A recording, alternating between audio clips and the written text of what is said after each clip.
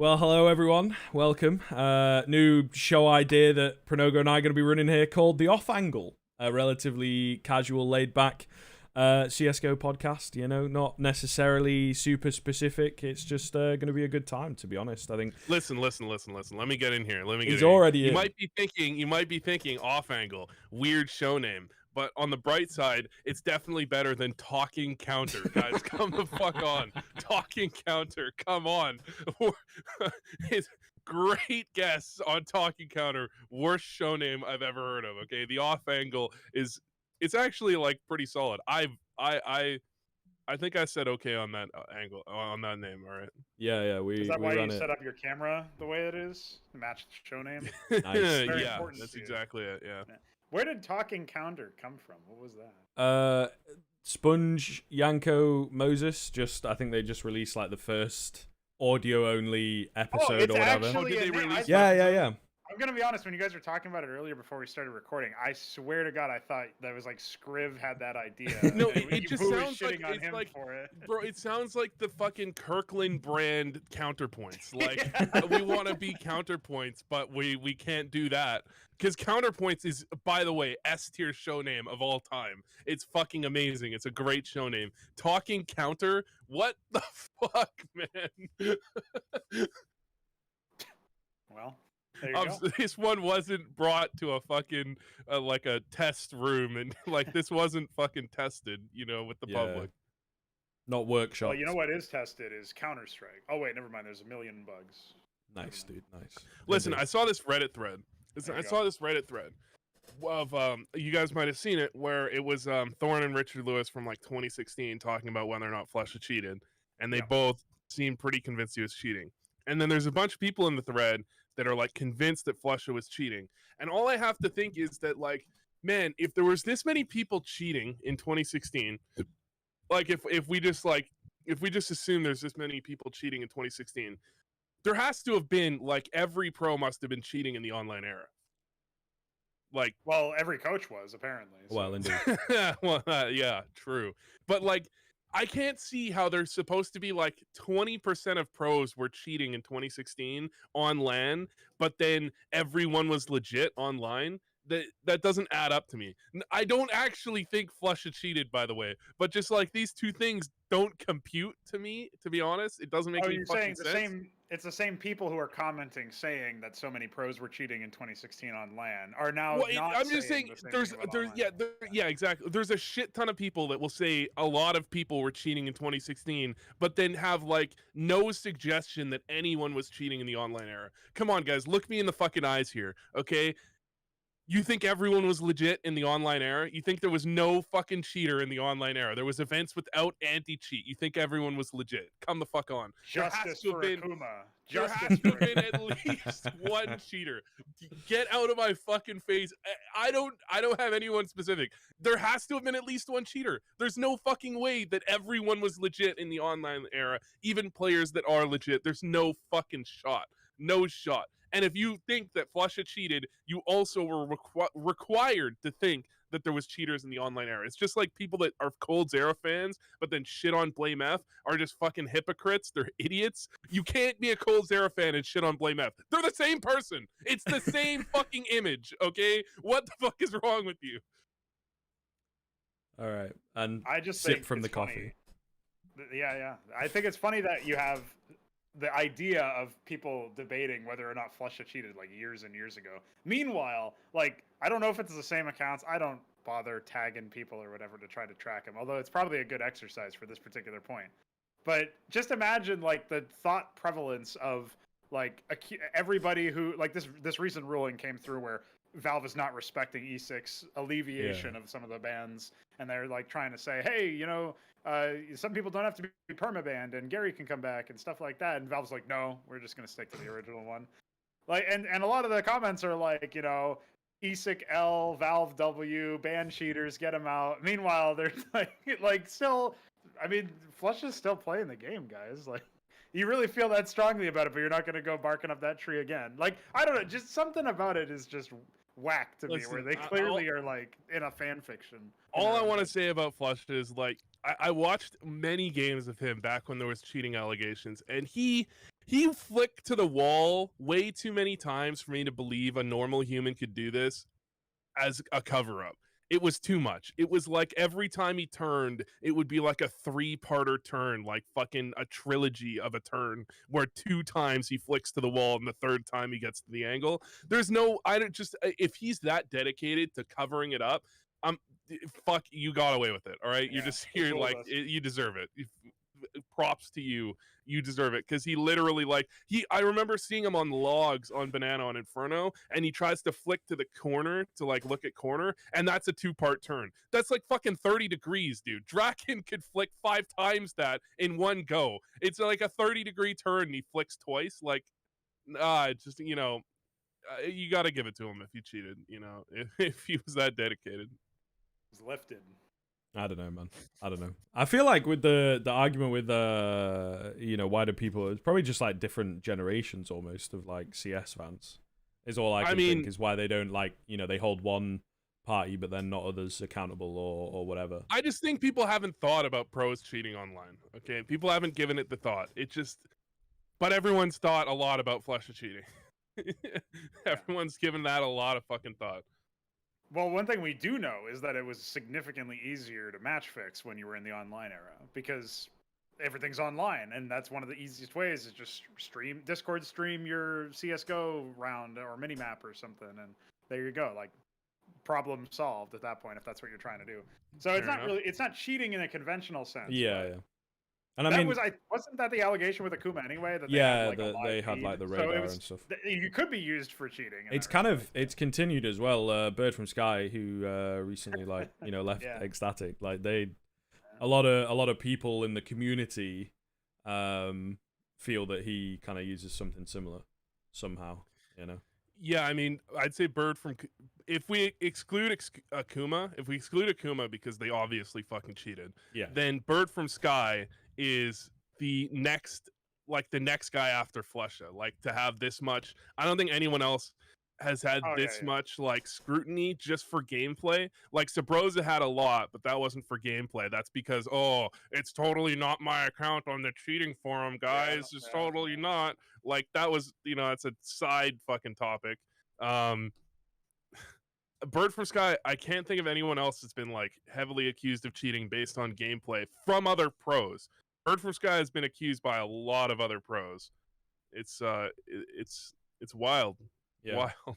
They're fairly public. Who knows, man? Maybe I need to get Wolfie on for another interview and, you know, pick his brains, get investigative on his ass, you know.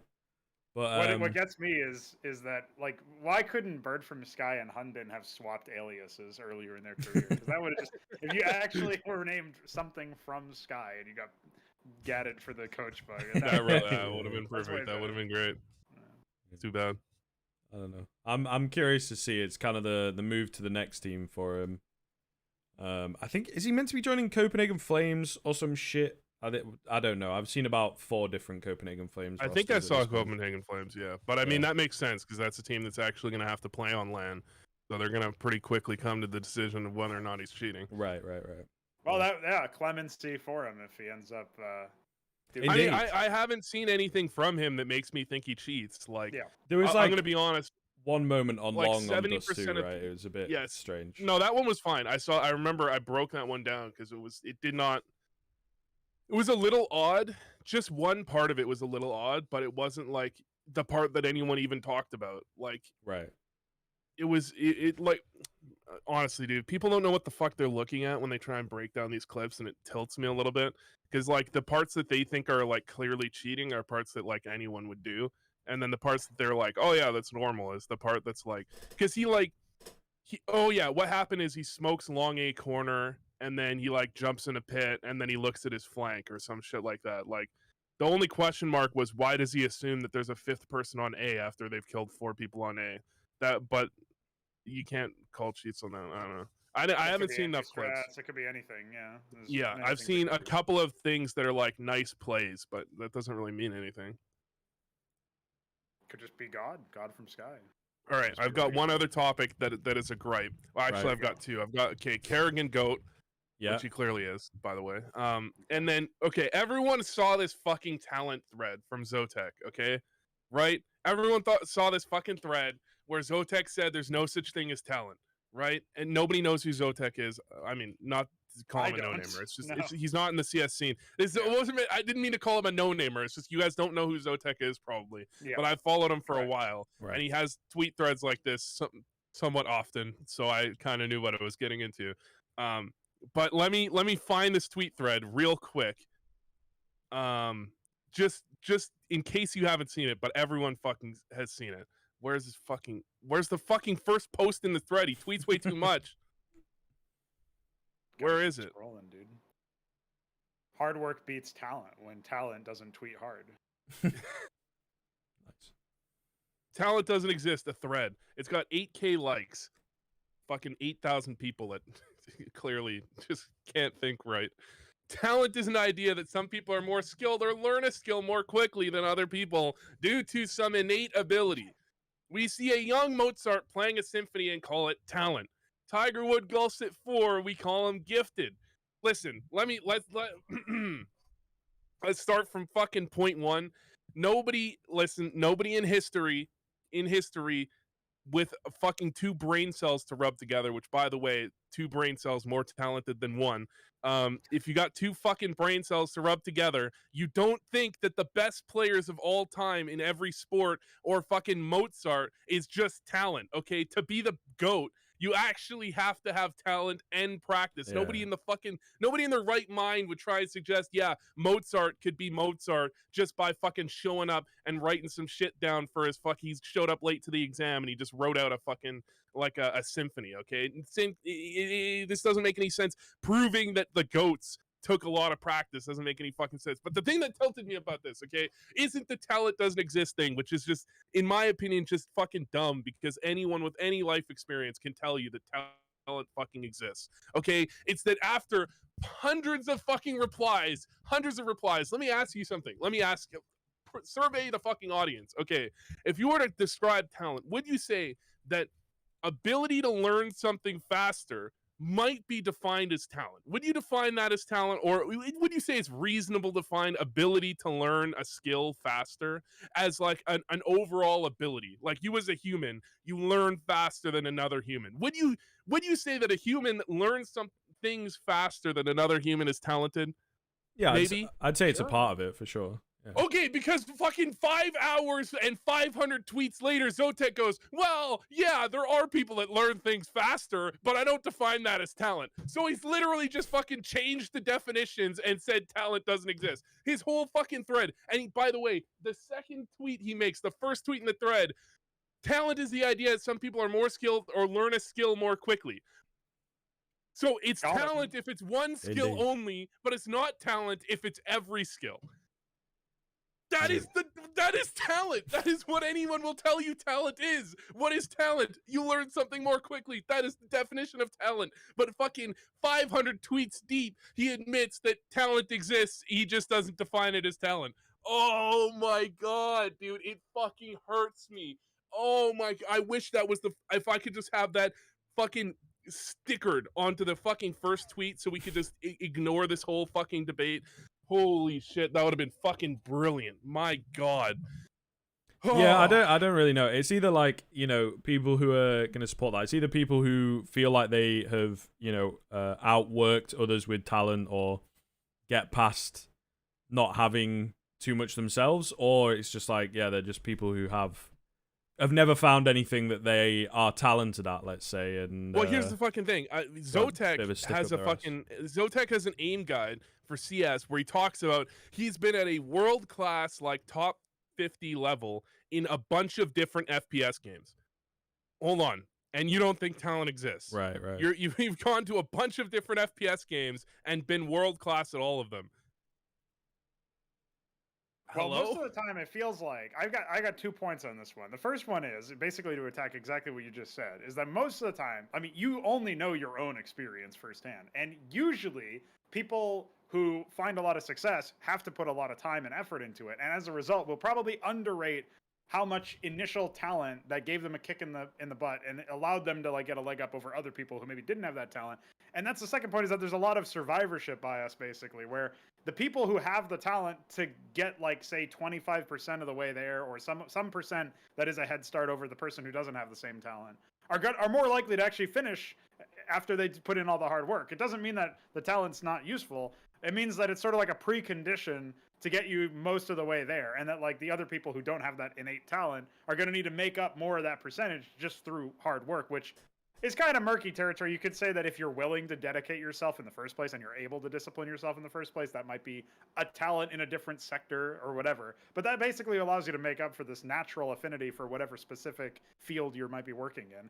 The idea that you've been to a top 50 level in many different FPS games and you don't think that talent is real, or you refuse to define what gave you the benefit, the natural affinity towards FPS games that you have clearly defined and sort of that has helped you get to the points that you've been at in all these other games.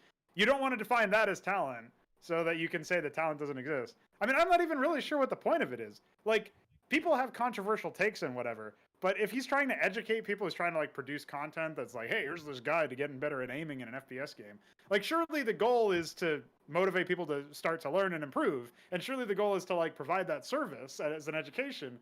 Yet, if you're trying to say that talent doesn't exist, what is the impetus? Is he basically trying to say that because talent doesn't exist, or I define talent as something that's just not worth even acknowledging, it's not a problem, it's not an issue? Like, what is the benefit of it, of adopting this mentality? I think there's like there's an argument to be had that like maybe people think too much about talent, or I think some people do use talent as like an excuse. Like, like, I'm not talented, so I'm not going to try. Yeah. And I think a lot of people use talent as like a get out of jail card for like bad practice. Like Thorin has said a lot, and I think I mostly agree, is like people say that they'll do anything to win, but then they don't actually do anything to win. It's like they'll do anything within the scope of the things that they're comfortable doing to win. Like, outside of that, they're not going to do anything to win. They're not going to spend like 16 hours doing some boring shit because they just don't see it as worth their time, right? So I mean, there's some like logic to it, and it's like an important idea to understand that like nobody gets to the top really in any competitive field without also practicing. Talent is just your starting point.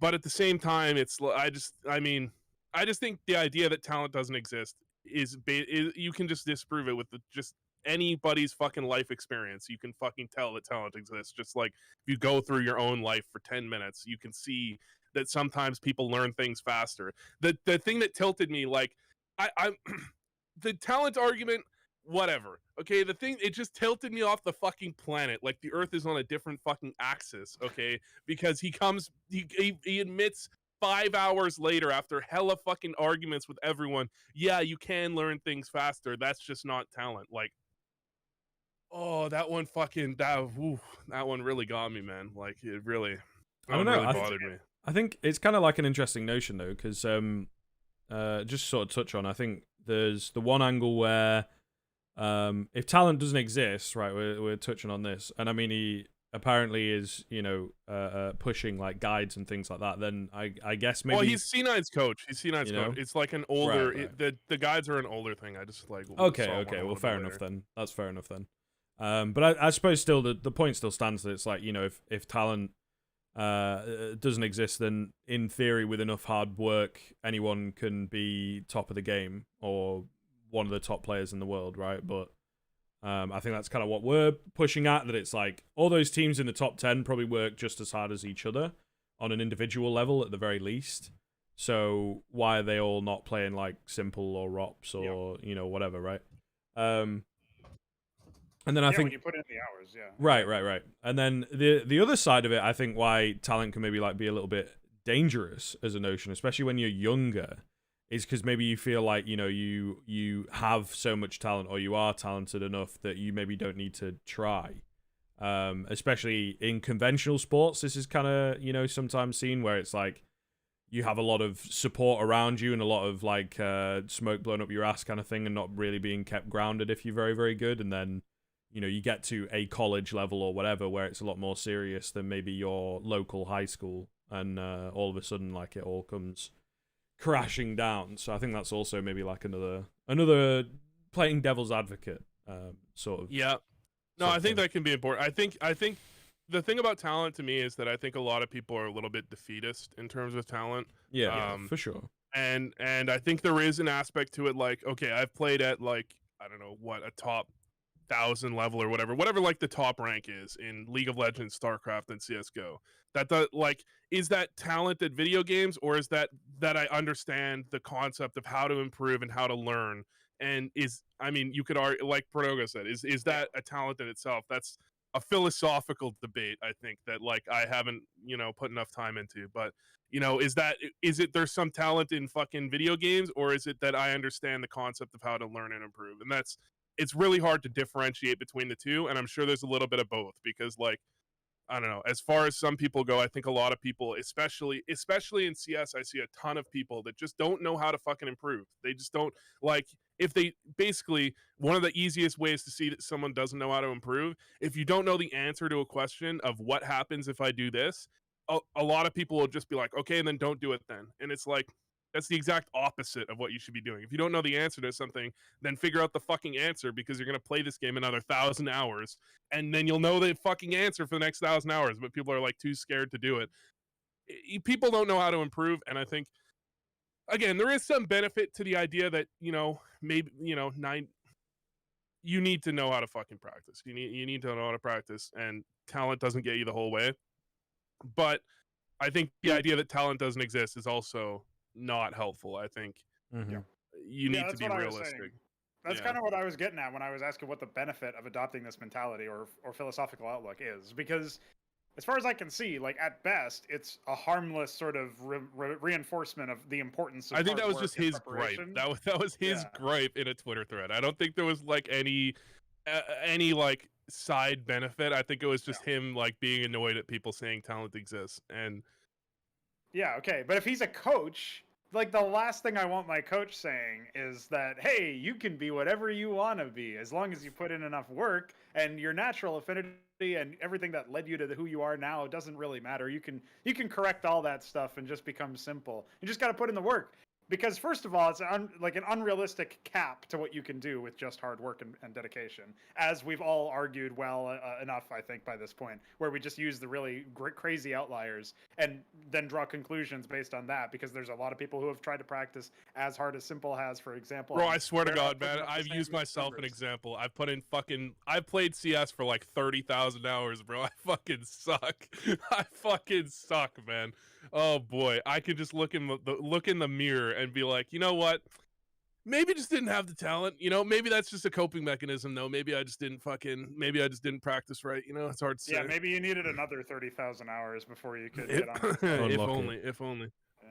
It's just ridiculous, because at best it's harmless, but at worst it's actually like saying it's establishing a defeat mechanism in your own brain. The reason I'm not good enough is because I didn't try hard enough. And you're now going to pursue this thing that's really not going to help you improve that much, percentage-wise. He did address this in the thread. Oh, okay. He did. I don't know what the address is. I just saw him quote it in a tweet that I scrolled past. Gotcha. The one other thing, fuck. I've lost my train. I've actually, like, a little bit, though, I want to say, I've actually kind of, as I've gotten older, kind of almost believed in talent more. Like, when I was young, I believed in talent less, but then I also like look back now and see people in a variety of different aspects, like CS or esports or sports or school, that put in a lot of fucking effort and just weren't there, like just didn't get there. Like, I can retrospectively look back and see it. And I used to think basically anyone could get to like an ESEA advanced level if you put in enough effort in CS. I'm not sure that's entirely true. It might be a lower level than that. It's really hard to say. I don't know. This is a question. This is an interesting question. At what level do you think you could get with like the minimum amount of talent? Like, you're not handicapped, but you've got like the minimum amount of talent, you know? Like at what level could the average human being get in CS? Average is different. Average is like, it feels like Yeah, average. okay, I won't say minimum. I think minimum is like the wrong word. I think the average human is what I meant. Yeah. Well, the question is like, that's the thing is, it gets hairy when you're trying to say like, if it's just a talent at video games, but they still have enough, whatever the thing is, if we're not going to call it talent, the predisposition to be disciplined enough to do hard work. They've hired a coach. They've hired voocs CS:GO to review their demos on Patreon, and then they're like, you can't hire me anymore. I turned that off. It's gone. They've hired over. Austin CS _. There you go. Okay, I want to tell you about Austin CS:GO. He's a friend of mine. He used to have his Twitch was Austin CS _ and his Twitter was, get this, Austin CS __. Close enough.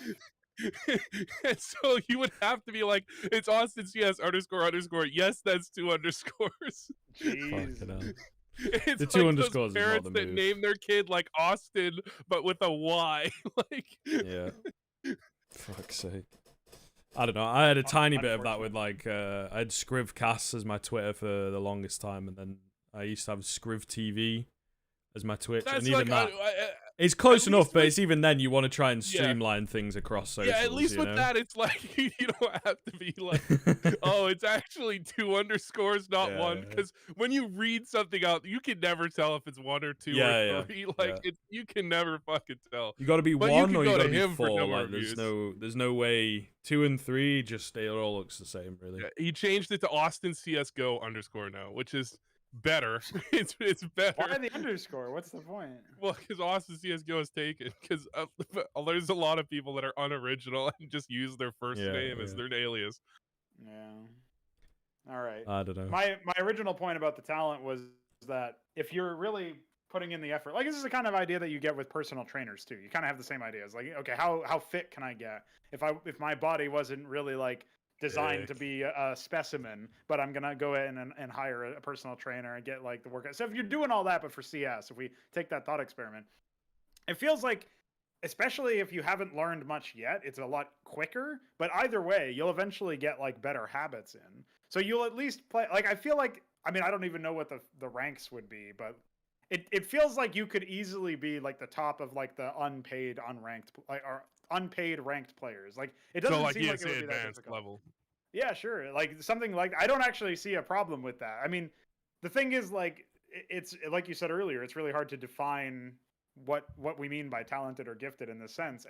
But I'm just thinking like, if you just, it's actually almost easier for me to imagine somebody who's never really used a mouse and keyboard for gaming being taught and educated exactly like, here's what you need to do. As long as they don't have like really low reaction times or something. But like again, they're not an outlier in any capacity. They're just average. It feels like they should be able to hit advanced. Bro, I've been talking to people that have 100 ms reaction times. No cap. Literally, 2 people I play with have 100, 107, 108 millisecond reaction. It's fucking unreal, man. You watch these guys shoot. It's like they never have to move they never have to flick off the angle they're holding. It's like they're holding like a narrow crack angle where I'd be like, yeah, I'm gonna have to flick fucking hard off this one, and they're just like click. It's like, bro, the talent is unreal, man. And nobody denies, this is the thing, man, nobody denies physical talent because it's undeniable. But all of a sudden, when it gets to your brain, also, you know, your brain is also a physical object inside of your head. You know, all of a sudden, talent is debatable. Anyways, Karrigan is the GOAT IGL, and I just want everyone to fucking understand that, okay? It's not even debatable. I was gonna say, a respectable analyst in the space has decided to come out and say this, because when I say it, I just get laughed at. I'm nobody. So. I was gonna say a good segue, because I know you wanted to talk about Karrigan and all that, and you know, I feel we did a few of these like before, didn't we, Vu? That you know, the unaired, the lost episodes or whatever, right? That just didn't. Yeah. And I feel like every time we've been on one of these in some capacity, you know, Karrigan always comes up in conversation. You were sort of predicting Karrigan last time around. No one knows, so just gonna have to take my word for it. But you know, now you get to say I told you so. Well, yeah. But my question to pose, right? My question to pose. That's the nice little segue. How much talent do you reckon someone like Karrigan has? Especially like in CS.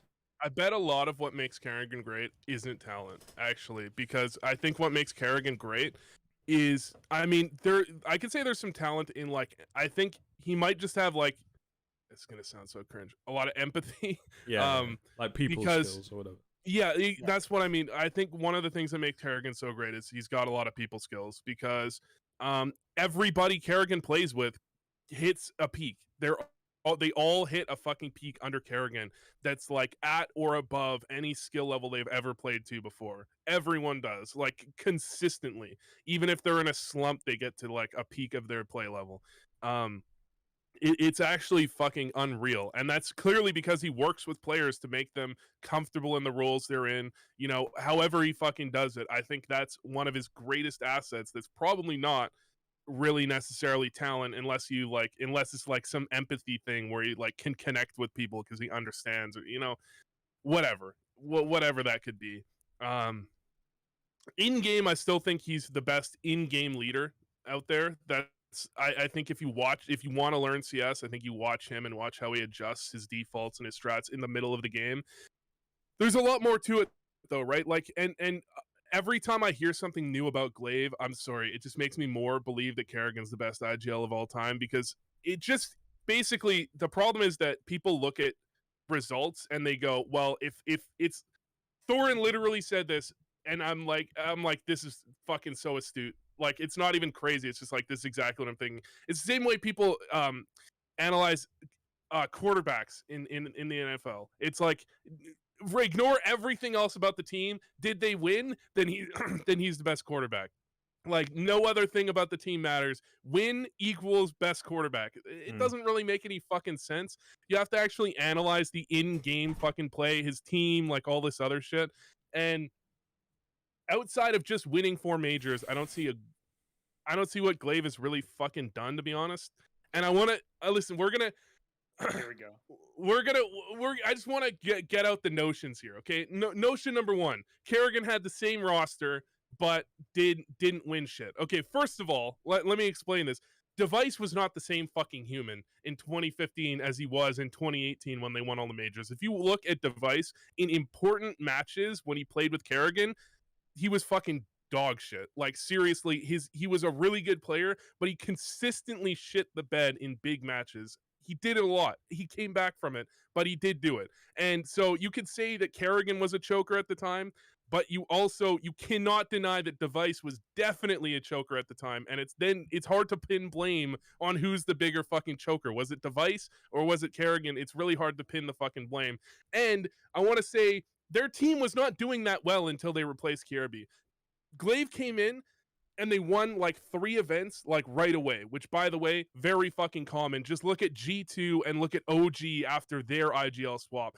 Both teams performed really well and then shit the bed immediately following a great performance for a little while. Because in IGL change, you basically get the best of both worlds, especially if you go from a system IGL to like a more loose IGL, which is not, I wouldn't say is Glaive versus Karrigan, but I did fucking tweet this when the changes were made with G2 and OG. You see it all the time. It happens all the fucking time. They have a few events. Well, Astralis won a few events, and then they were like mediocre. They were like 2nd, 3rd, 4th, 5th. Like, they weren't a top 1 team. They were a good team, not top. Then they replaced Kirby, and then they were the best team.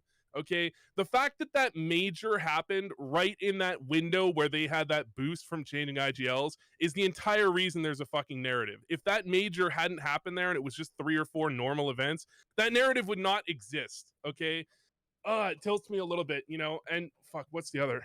Is there another counter argument? Listen, man, Glaive hasn't done anyone that denies this is disingenuous. Okay. If Karrigan had Astralis right now, they would have better results than they have with Glaive. Anyone that denies that, don't even take their argument serious, okay? It's inarguable that Karrigan would get more out of that roster. Yeah, I think it comes down to what you value the most. Like, you can probably still make. I value better IGLs. I value better IGLs, and that's why I prefer Karrigan personally. Okay. Sorry. Yeah. Well, listen, I'm on your side of the debate. I'm just saying the reason why so many people are still carrying water, you could say, for Glaive is that he won so many majors, and he obviously had a very similar roster for most of that period. I agree, though, that the fact that they haven't done really much of anything. I brought this point up on its server time, and they were like, "He had Lucky, forehead, lol." And like, no, the point is that Karrigan could take Lucky and probably make him look better than what he looked like when he wasn't even fucking offing for most of the like some of that. Just why? What do you mean he had Lucky? Did Lucky make it so that Zipex had to stop baiting or lurking rather, and then Lucky had to take his spots? Did Lucky just fucking mastermind the whole thing? We were all speculating as to what the fuck was going on with that guy. Like, is he? They destroyed his fucking confidence, man. They massacred my boy. Yeah. Like, how is he supposed to go from not opping for 2 events to being a good opper? It's never gonna happen, dude. It's like By the way, destroying the a goalie's pretense of the confidence move. in the NHL. The pretense of the move is ridiculous to begin with. Hey, you know the most decorated opper in the game? Yeah, you're replacing him, by the way, from like basically an academy roster. Like, yeah. Okay, buddy, come on. Oh yeah, the one thing I wanted to bring up that I forgot to bring up. Fucking Zonic did an interview, and he said we didn't do that type of IGLing in Astralis, where basically he literally said they only ever did exactly what they practiced. There was no in-game change-ups. There was no I've got to read, we're gonna do this. There was none of that. He outright said it. They never ever did that in Astralis. They only did exactly what they planned from practice. Okay, that's the fucking nail in the coffin. Okay, that's the final nail in the coffin. Okay, you can't tell me he's a better IGL if he didn't do any fucking in-game leading. Exactly. Well, that's the thing that's why I always devalue the in-game leading over on Navi at this point, because like for people who don't recognize the flaw, it's that if they weren't really deviating from practice and doing mid rounds that much, then you have to share some more percentage of the success. Responsibility goes to Zonic because he was the one helping come up with all of these ideas to begin with. So, and that is basically straight from the horse's mouth. Like it's as close to Glaive himself admitting that he didn't do any mid-round calls or whatever than what. Like, that's as close as you're really going to get. So, yeah, I don't know. I'm not... The thing is, people will get really upset that we're saying that, like, Glaive is not top 1 IGL. And they'll think that we're basically calling him, like, a shit trash player who doesn't deserve to be in People have told me that Pronax is better than CS. Karrigan. People have tried to tell me that Pronax is number 2 and Karrigan's number 3. I just, that's like that dented head. Yeah, pretty much, dude. That's...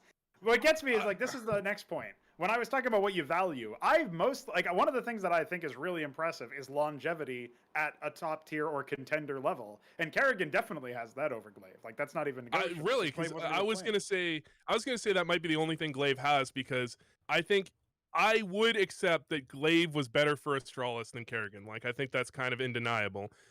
I think Karrigan has a shelf life on teams generally. I think his style of calling requires full buy-in, and eventually people are gonna kind of like buy out. It seems like.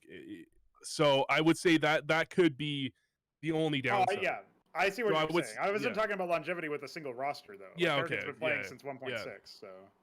And like that's true. Yeah, fair. Like the level of it's really what matters is that the level of play was high. Like even the 1.6 skill play, you could try to wax poetic about how like the 1.6 skill players, if they tried the same stuff in like somehow you project 1.6 forward but with the same skill growth that we've seen in CS:GO, and like 1.6 players would be trash now or something was like an often argument where like if people complain about like the NIP 87 and 0 run, and they're like, yeah, those guys would suck now, but like the point is he's been playing at a high level of competition for his game, for his scene. He was a top level competitor or one of them, and the idea and the idea that like you're gonna say this guy wasn't like he wasn't necessarily IGLing in 1.6. I don't know the details enough to tell you that, but the point is he's been a competitor for a very long time. That is what is impressive to me, more so that like not more so than anything, not more so than his accomplishments and the fact that he's leading an English-speaking like mixed language roster, mixed nationality roster, that he's worked with some of like indeed some of the biggest talents that we've seen, but also a lot of talents that people would say are not like nobody would rate Brokey higher than Device all time,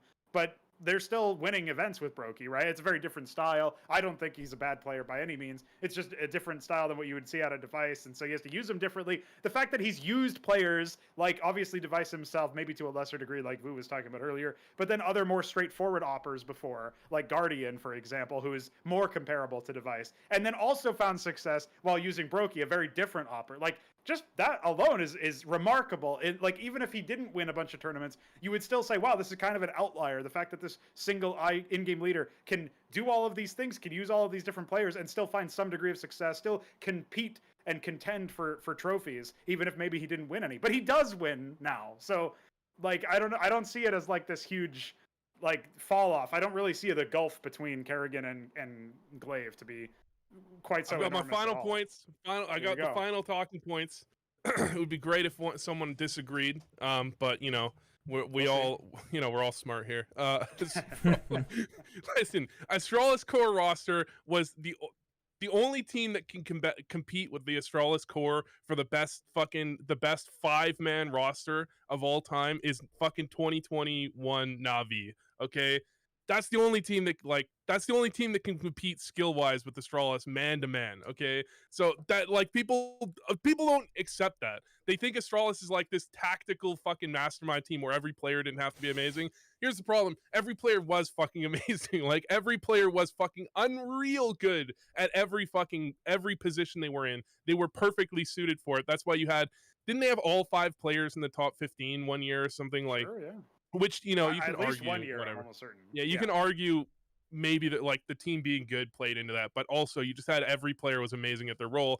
And people will argue that Glaive is the better player, which, by the way, is actually you're arguing the opposite, because if he's a better player, that means he doesn't have to be as good of a fucking IGL to get to the same results. Okay, you're actually arguing against yourself.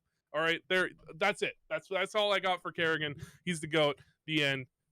Peace out. I think all the important things with the Astralis roster, especially like, is context, where, you know, I think in the context of the game and the life cycle of it, obviously CS itself goes pretty far back, but let's say Go, for me, maybe since like 2014 has really, you know, had the traction and esports taken off and all that kind of thing. So I feel like Astralis are our only true, you know, LA Lakers, whatever kind of Manchester United style dynasty that we've had, where it's like this team is unbeatable. Like we don't know what to do. It is on, you know, the entire like pro community to come together to figure out what to do, or it is on them to fuck up somehow by drop, or it is on a global pandemic to really, you know, fuck everything up, right?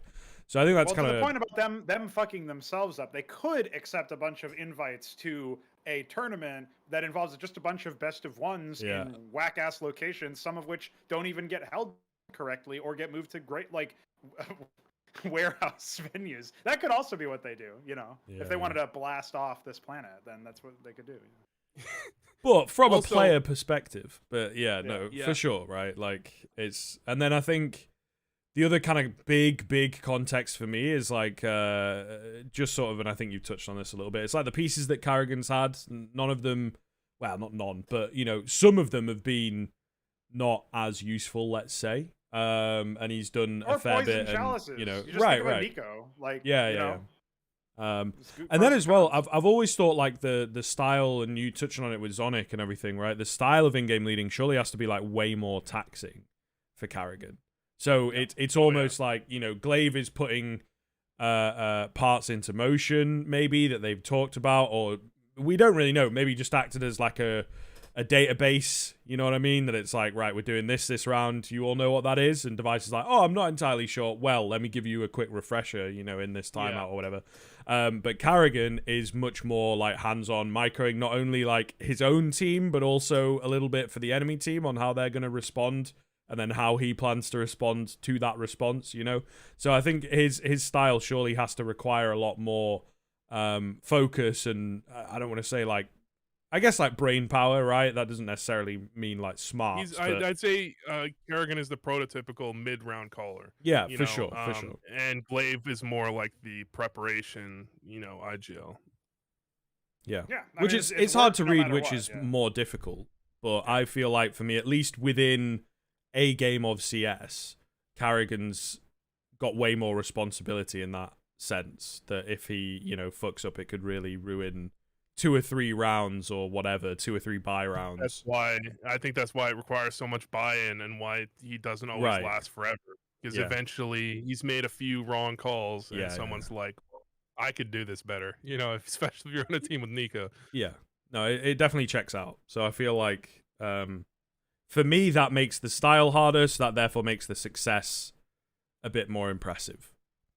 And we are starting to get into the territory as well. You know, you have to think that if they can win another major this year, like we have to start to think that actually it's like you can't even hold up accomplishments as being the only reason Glaive, you know, one of the big reasons Glaive is better.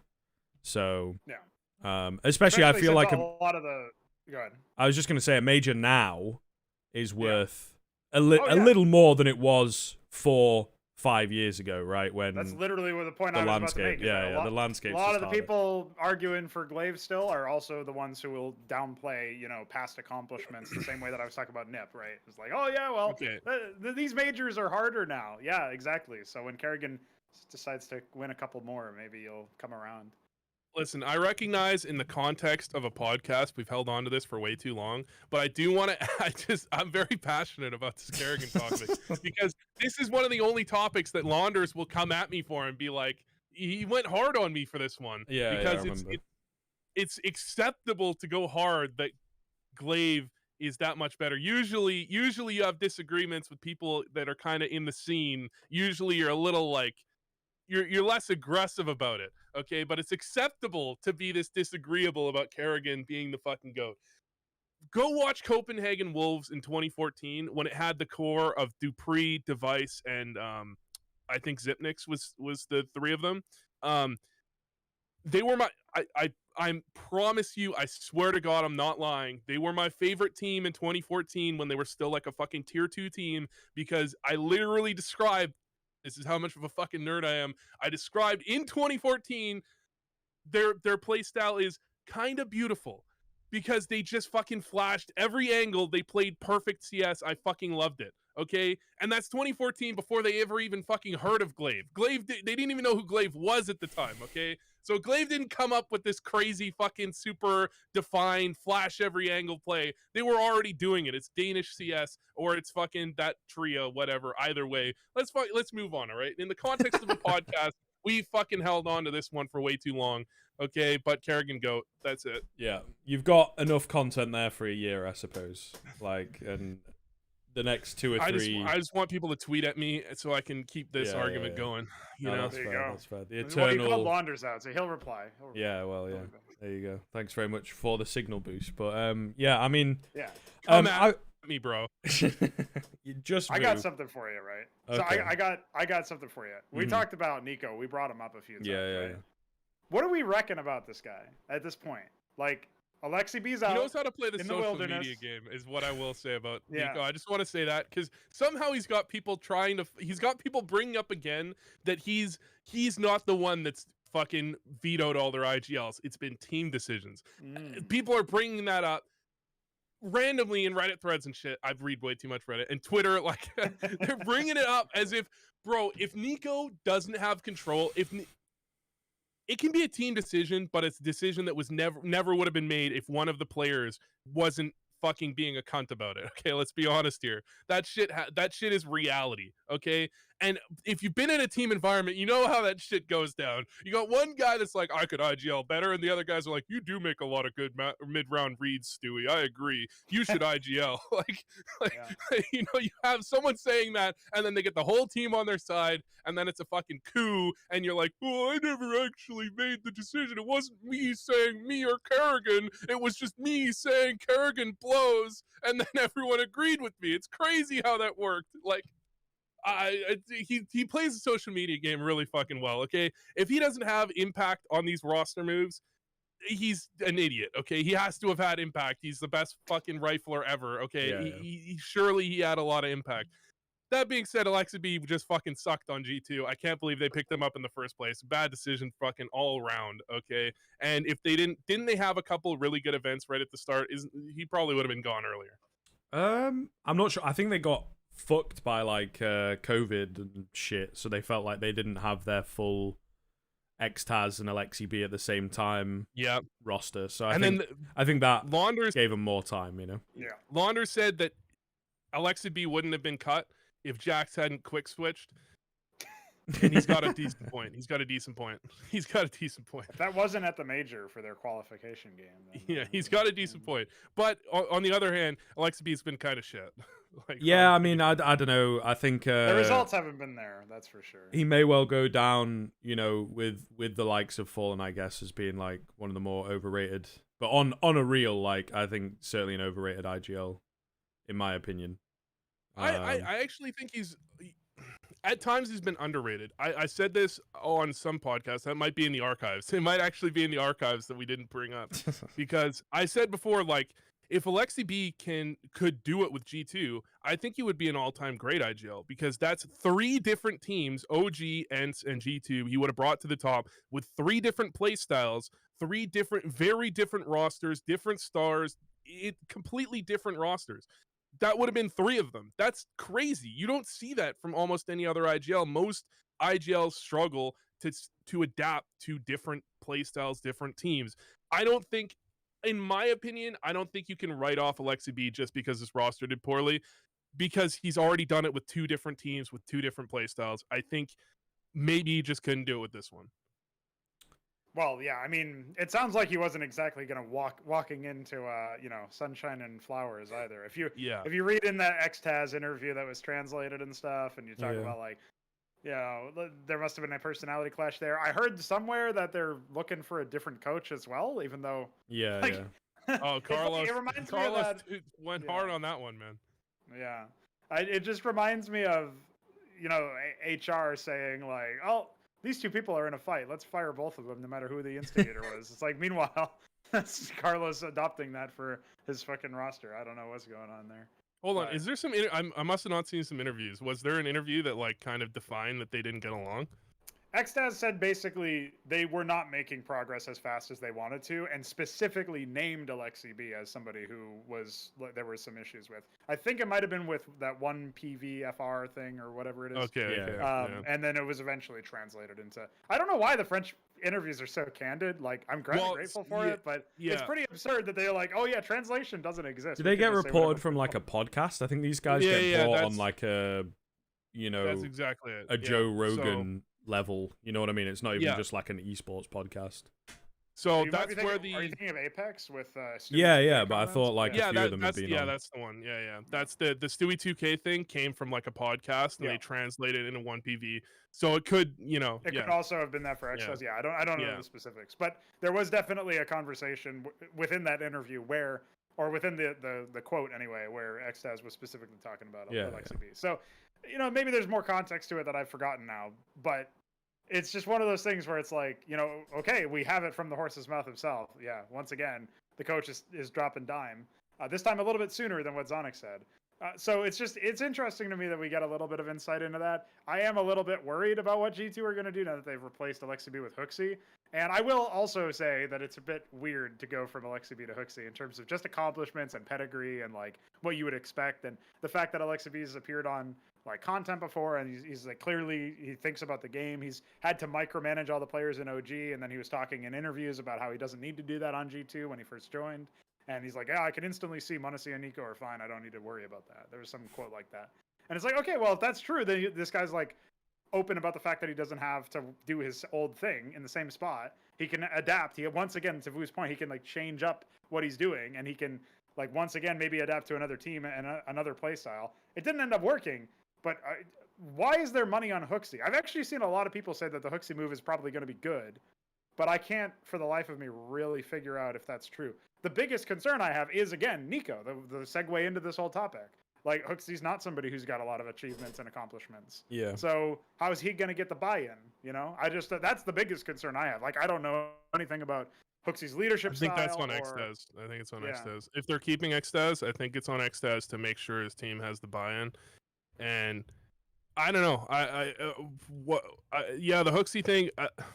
At first, for some reason, I mistook Hooksy as Snappy, and I was like, "Yeah, this kind of does make sense," because I think the ENCE playstyle could work with G2. Yeah, that is and true. then I realized that Hooksy was actually the IGL of Copenhagen Flames, and I'm a little less sold on that one. I don't know. I think that's what X does, personally. Yeah. I'm not sure. I think Copenhagen Flames as well. You really have to be careful with any of those players for me, because I feel like it was a whole like team thing, and it's like we're in this together Cinderella story type deal for a good couple of the LAN events that they were able to perform at. So yeah, I think you have to be really careful when you're picking up those players, expecting them to replicate performances in, you know, a new environment or whatever. In terms of like the Nico conversation, I think it's like it's a really tough one for me, because I think if you have like a big team, you got 20 or 30 players or whatever, like in different conventional sports, having a talented arsehole essentially can be cool, because you maybe don't have to interact as much. You just play the games, you know, and you do your striker training and he does his defensive training, whatever. But I think it can really have a big effect on, you know, the mood of teams and stuff like that, for sure. And also it seems like mechanically, we've seen in the past, obviously this guy is incredible, go down as, you know, one of the best players from a mechanical standpoint. We'll see what happens accomplishment-wise. But from a, like, you know, soft GMing that he's done in the past, where he's, like, you know, pushed some moves and things like that, they've just not really panned out. They've not really worked when Nico's been given he's the Kevin Durant of CS? I mean, I'll take your word for it. I don't know enough about Kevin Durant. I don't know anything about basketball. I just okay. r/NBA is the best meme source ever.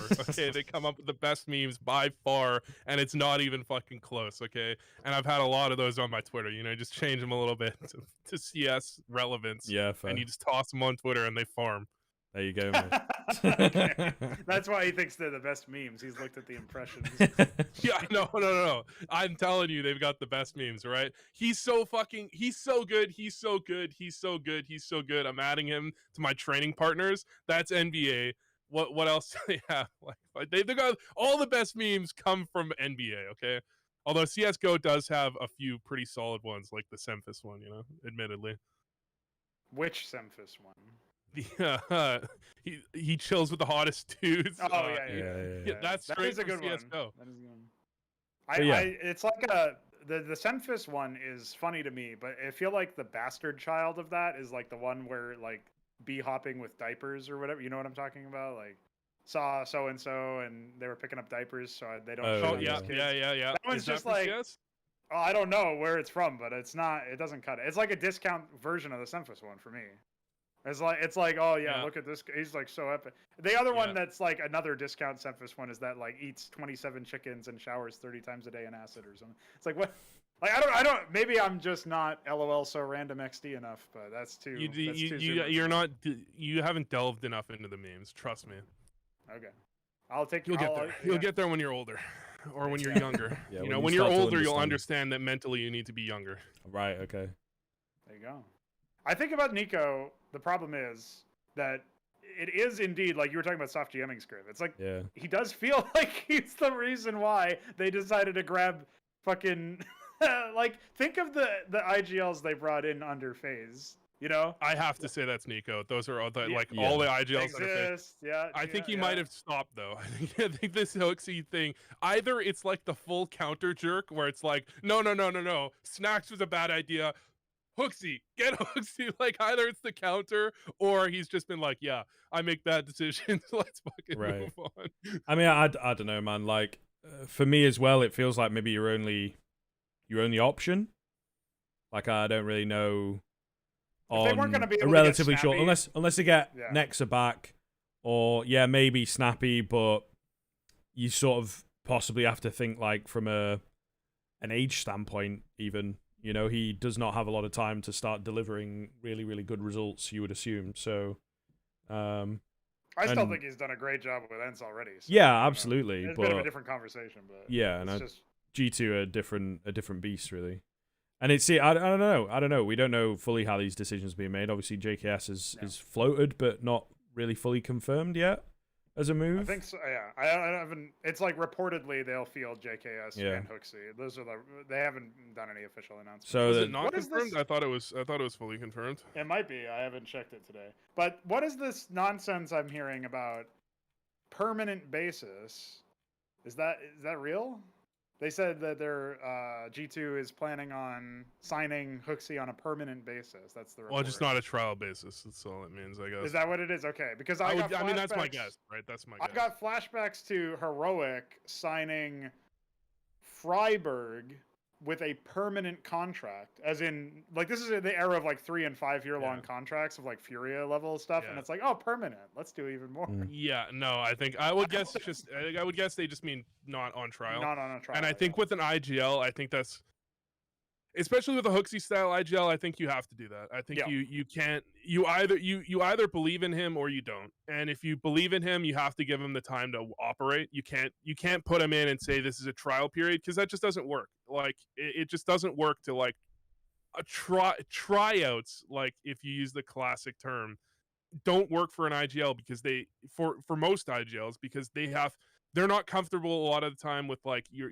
other strats. They want to implement their playbook, their play style, and you can't do that when the fucking sword is dangling over your head with you could get cut at any moment. You're kind of like scared to like tell players not to play like that, because that's not our it's you're like trying. It's the same with like trying out a coach. It's like then they're just not being themselves because they're too focused on not getting fucking fired. If you believe in Hooksy, you have to just go for it, Well, let's hope Nico also believes in Hooksy then, so that we can put that chapter to bed.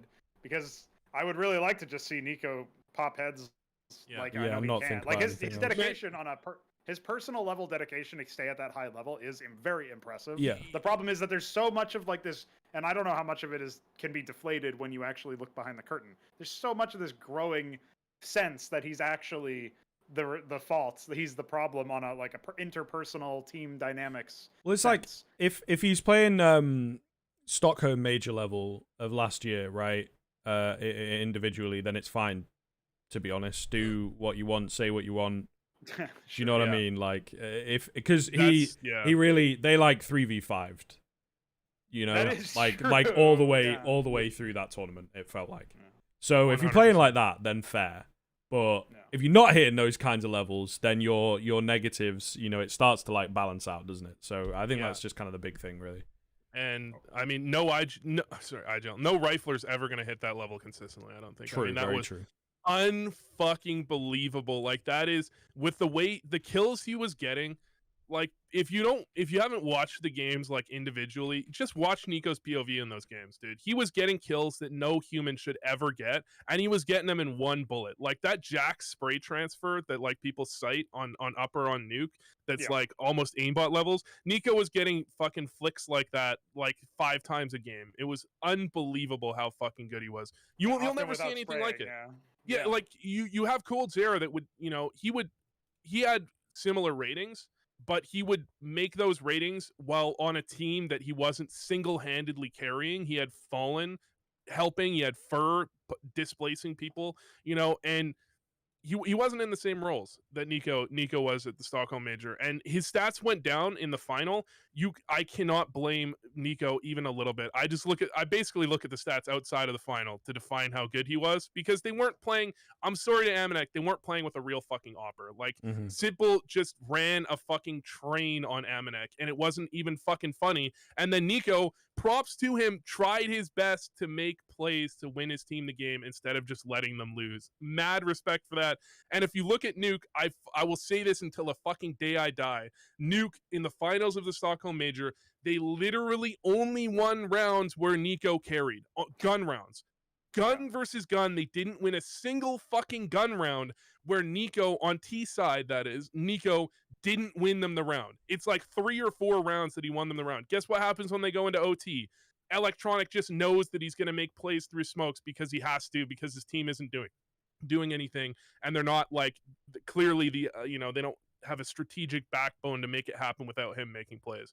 So just watch the fucking Nuke game in the grand finals and find me a fucking round that they won where Nico didn't hard carry. Maybe I said I used to have this caveat. Maybe there might have been one round, I can't remember exactly, but maximum one round on T side max that he didn't fucking carry. That level is. I still think he should have been the MVP. Like he was more important to G2's success than Simple was to Navi's. Yeah. Just saying. Yeah, especially in the final, for sure. I mean, yeah. It's wild. It's wild. He's a wild kind of player. We got Karrigan the major. Everyone's sort of behind Karrigan. I don't know where people... I think people respect Nico, but it's difficult to really fully send support, you know?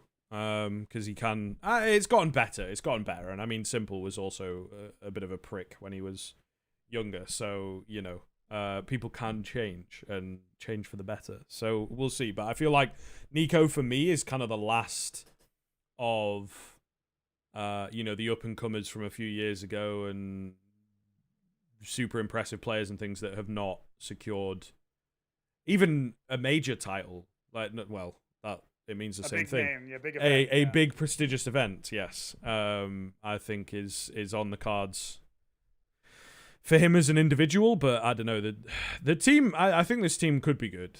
I don't know about voocs. Voocs's kind of the only one for me. m0NESY, we'll see how much he keeps up, and you know, this whole like pressure doesn't seem to do too well for him. But I like JKS, so yeah. I did like Jax though. I did like Jax. He was a funny guy. Great content. Yeah. Maybe not so Well, great. he's going to Heat, I think, so he'll be sticking around, which is cool. There you go. He was the old double pony roster, right? Yes. They made all of those very, very, very funny videos on Twitter. That's true. That is one of the sad things about losing the old double pony is that their socials, you know, we'll be missing them. Also got Amanek joining LDLC. I don't know if you guys saw that while we're talking over French player rostered XG2 players moves. Was it Amanek and Kenny S were hanging out, or was that somebody else? I'm not sure. Kenny S was hanging out with some French player, and it was like, oh, return, oh, Twitter impressions, oh. Okay, I just had a look as well. Apparently, the LDLC roster has like 9 players on it, so I really don't know what is going on over there. Following in the footsteps of Astralis. Yeah, but also Kenny's still benched by G2, which I get that he's like streaming or whatever, but yeah, he's still ready to go at a moment's notice. I wanted to touch on another very sacred, touchy subject in the context of Counter-Strike esports, and that's ZywOo. And I feel like there's a lot of people who still rate this guy super high, and I don't necessarily not rate him high. It's just that there was, if you guys remember, I think it was 2021, he was rated as number 2 over Nico.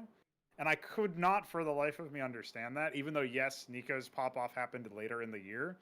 I understand in the sense that, like, statistically, when you plug everything into an algorithm run by a Serbian guy, then, yeah, eventually you're going to get different results than maybe you might if you know, not to, again, allege that they're not watching the games. But it feels like maybe their criteria is a bit weird to me. And, you know, whatever. The HLTV thing is separate. It was more the fan reaction that was puzzling to me. Because most of the people were complaining about, like, Axile and Shiro being too low or something. Meanwhile, my homie Nico's out over here, like, you know, I almost solo carried into a third map against an unbeatable Navi in a major final. And by the way, I'm only number 3. And that's what got me. So anyway, and also there's the whole, like, ZywOo was number 1 over Simple, like, one too many years for my liking that made no sense. Yeah. And I still don't think that makes sense, even after I've had it attempted to be explained to me. So maybe I'm just dense, but I just don't get that. So what did we think about ZywOo now? Because I feel like this latest edition of Vitality has really sold a point that I was already personally suspicious of, which is that ZywOo needs a specific kind of environment and structure in order to succeed to the level that we've seen Simple and Nico succeed without consistency, right? Like, they're consistent. They don't have the consistency in terms of environment and in terms of, like, system and infrastructure to hold them up that ZywOo had in Vitality. Now, he was doing very well at a lower tier, but when it comes down to the highest tier of CS, he's only really seen his peaks when his environment has been relatively consistent. Obviously, we had, like, the whole Alex into Apex situation and the MBK stuff, and, like, there was still some shuffles happening, but it didn't fundamentally change, and he wasn't speaking English, most importantly, perhaps. Now on this international lineup, it's basically magnified a flaw in his game, I think, as a player, which is that he, in order to really succeed, in order to be a simple contender 1A, 1B type situation, or to be placed above Nico in many people's heads, he really needs like this a very specific kind of team setup, it seems like, or at least something very different than what he's got right now. Because even though he's been quite powerful as a standout player on the Vitality roster, it's not been nearly to the degree that we've seen where maybe a roster of comparable strength but different players and speaking French got farther, right? Like that old Vitality lineup was doing more damage at events than this one, right? Sure. So what do we think about ZywOo and I guess about Vitality broadly then? I think so I talked a bit about this on the Thorin show that I did. I think there's kind of 2 points with it. The first is that I feel there is more of a split in the current Vitality of where like the resources go a little bit, where you have like I think Magisk will be pulling for them a bit more, whereas in the past they would have just all been given to ZywOo, right? And then the other thing that I don't think it's maybe difficult. You're touching on a sacred subject, I guess, so I can also perhaps add a bit more heat to it. I think the old rosters of Vitality, ZywOo has ultimately been like the only truly world-class player at that point in their career, right? IGLN's a little bit different, right? IGLN's a little bit different, you know, stats-wise, you can never really know, but Alex has not done too much since moving on from that team. MBK also IGL'd a little bit, I think, for them when he was there. But again, he's not done much since moving on, you know? And I think it was towards the end, like, same with RPK, Shocks. Apex still sits pretty well, still plays pretty well, and is obviously IGLing, but Navira, Kyojin, Masuta, you know, not necessarily finding their place at the top level, let's say. So yeah, I think that actually in the past it maybe has been not as heavily as some other stars, such as Nico, right? But I think there is a certain degree of the old good player shit team syndrome. Okay, sure. So that's elevated how good ZywOo looks. It's hard because I think it's sort of they had a really weird, like that 2019, especially Vitality was like, oh, RPK's having a career high again, and you know the Nivera looks really, and all this, right? And it was a little bit strange. But still, I think that ZywOo has had more of the spotlight on him in the past, and now even more so that you're getting, you know, these players who want a bit more, and then also players who maybe can hold their own a bit more. Dupree, in theory, maybe not quite coming up, but Magist definitely is sitting that way, you know, statistically, and also just the type of player that he is. So I feel like, yeah, ZywOo is just it is, as you're kind of tying a nice little bow on it, it's a different environment, and he just can't really deal with that environment. But also, I think in the past, if we went back and looked again, you could perhaps say that he's just being put in positions able to just bait the shit out of his teammates or whatever it may be. You know what I mean? Like, I think that that's certainly a case as well for 2019. Well, Alex was talking. He's like, I'm out here throwing the flashbangs. I'm not getting any credit. What the hell? And then Valve added flash assist to the kill feed. Is great. There you go. Brilliant. Yeah. You know, I talked about this before at some point that I think it's almost like the inconsistency of really everyone. I think it's like, I don't even think this is like blaming anyone necessarily, but you want to like, everyone wants to shit on non-system players when it's not working. Everyone wants to, because they're not buying into the system. But then when a system player is on a team and he's doing poorly because the system's doing badly, we still want to shit on that guy for not working out. It's like we're really inconsistent with what we criticize people for. Okay. Simple was criticized endlessly for like not buying in and just being like a solo player, but then, you know, we're gonna shit on ZywOo for going down with the ship is in my opinion kind of what's happening. I don't think ZywOo is really that much different, you know, from what I've seen. I haven't exactly watched every Vitality game we've seen, but he's, you know, when I look at ZywOo, dude, he's like the perfect player in terms of he just won't make any mistakes. He's like a machine. He just doesn't make generally mistakes. I've seen him make, maybe you could argue he's made a few, you know, maybe he's like making a few more recently, but in general, he just plays exceptionally well. He just doesn't get caught off guard. He doesn't make mistakes, and he doesn't miss easy shots. And that, I think he goes down with the ship a little bit when things aren't going well. And he'll buy into the system. You know, he'll do what the team's asking him to do, and that's what people have talked about him that have been on his team before. He will do whatever you want him to do, and he'll say, yes, no problem, I will absolutely do that. And I don't think he's playing necessarily any worse. or much worse. I think it's just a different situation. It's a different setup. And I think he's kind of like Device. When Device went to NIP, he was still a star player on NIP, but it wasn't Astralis levels, right? Whereas, you take a player like Simple, put him anywhere, he's going to do just as well because he's going to work outside the system. And there's teams that work like that.